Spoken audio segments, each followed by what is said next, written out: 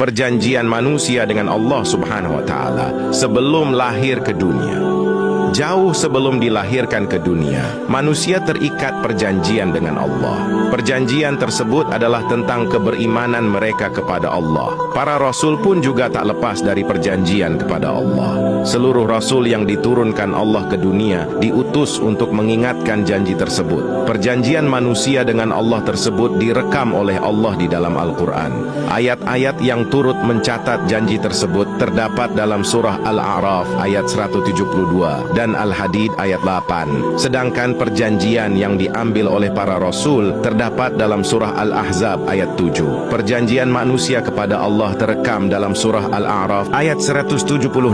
Wa idh akhadha rabbuka min bani Adam min zuhurihim dhurriyyatahum wa ashhadahum ala anfusihim alastu birabbikum qalu bala shahidna an taqulu yawmal qiyamati inna kunna an hadha ghafilin.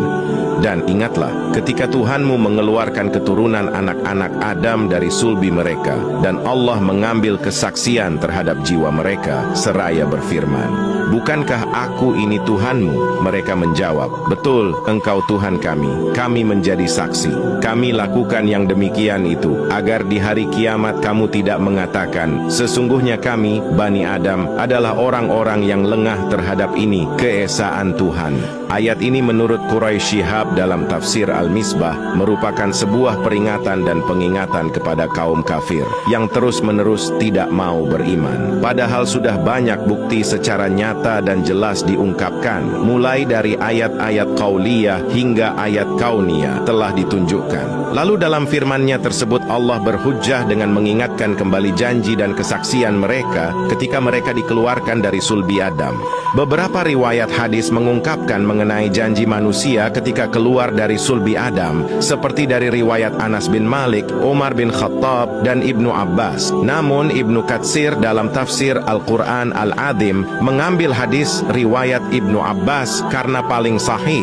Sungguh Allah mengambil perjanjian dari punggung sulbi Adam di Nu'man pada hari Arafah, lalu dari tulang punggungnya Allah mengeluarkan seluruh keturunan yang Ia ciptakan. Lalu Allah tebarkan di hadapannya, kemudian Allah berbicara langsung, bukankah aku ini Rabbmu? Mereka menjawab, betul, engkau Rabb kami. Kami bersaksi. Hadis riwayat Ahmad. Kesaksian manusia yang telah dijadikan perjanjian oleh Allah ini berlaku selama di dunia hingga datangnya kiamat. Meskipun perjanjian itu terjadi ketika manusia keluar dari sulbi Adam, perjanjian ini berlaku bagi semua keturunannya secara individu, sesuai dengan keterangan Muhammad Sahl dalam tafsir Al-Tasturi bahwa tidak akan berdiri kiamat sebelum semua keturunan yang telah diambil sumpah, kesaksian, dan janjinya itu terlahir ke dunia. Dalam surah Al-Hadid ayat 8 dijelaskan mengenai keberimanan kepada Allah. Berikut bunyi ayatnya. وَمَا لَكُمْ لَا تُؤْمِنُونَ بِاللَّهِ وَلَا الرَّسُولُ يَدْعُوكُمْ لِتُؤْمِنُوا بِرَبِّكُمْ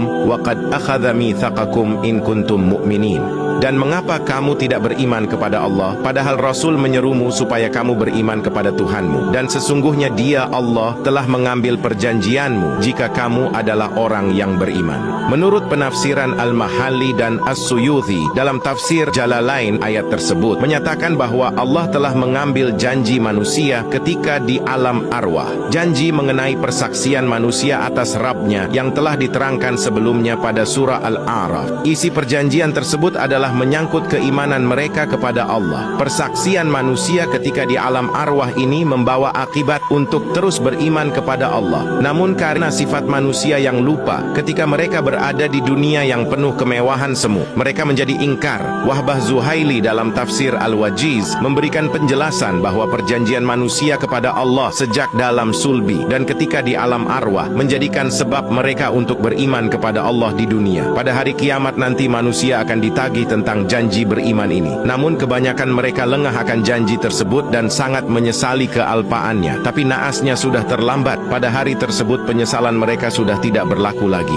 Selain janji manusia pada umumnya mengenai persaksian dan keberimanan, Allah pun mengambil janji kepada para rasul. Janji para rasul ini direkam Al-Quran dalam surah Al-Ahzab ayat 7. Wa idh akhadna minal nabiyyin mitsaqahum wa minka wa min Nuhin wa Ibrahim wa Musa wa Isa ibni Maryama wa akhadna minhum mitsaqan ghalidhan. Dan ingatlah ketika kami mengambil perjanjian dari nabi-nabi, dari kamu sendiri dan dari Nuh, Ibrahim, Musa dan Isa putra Maryam, dan kami telah mengambil dari mereka perjanjian yang teguh. Dalam menerangkan ayat tersebut, Wahbah Zuhaili menyatakan bahwa janji para rasul tersebut merupakan akibat dan efek domino dari sebab sebelumnya. Persaksian manusia sejak dulu menjadikan sebab perjanjian keberimanan kepada Allah, dan oleh karena sebab tersebut para rasul ini hadir di dunia. Namun sebelum mereka diutus Allah ke dunia, mereka telah terlebih dahulu dijanji oleh Allah, dan janji mereka sangatlah teguh. At-Tabari dalam tafsir Tabari menjelaskan perjanjian para nabi pada ayat tersebut bukan berkenaan mengenai keimanan seperti janji manusia pada umumnya. Janji para rasul tersebut terkait persoalan untuk saling meneguhkan antara satu nabi dengan yang lain, penyampaian risalah, serta tugas-tugas kenabian yang lain. At-Tabari mengungkapkan riwayat yang lain bahwa janji tersebut adalah tentang pertama kalinya Nabi Muhammad diciptakan, namun yang paling terakhir diutus. Sifat manusia yang lupa merupakan pangkal dari ketidakberimanan kepada Allah ketika di dunia. Namun diutusnya para rasul oleh Allah dimaksudkan untuk mengingatkan kembali akan janji manusia dulu. Begitu sayangnya Allah kepada manusia hingga ia mengirimkan banyak bukti untuk mengingatkan manusia akan janjinya dulu. Bukti-bukti tersebut seperti diungkapkan oleh Quraisy Shihab dan Wahbah Zuhaili meliputi diutusnya para rasul, diturunkannya ayat-ayat qauliyah maupun ayat-ayat kauniyah. Belum lagi ditambah kecenderungan hati yang hanif yang ditanamkan Allah kepada manusia. Seharusnya itu semua lebih dari cukup untuk mengingatkan perjanjian manusia dulu dan menjadikannya beriman dan bertakwa kepada Allah. Jika setelah diingatkan oleh para rasul mereka masih saja ingkar, berarti hati mereka telah tertutup dan akan mendapat balasan di akhirat kelak.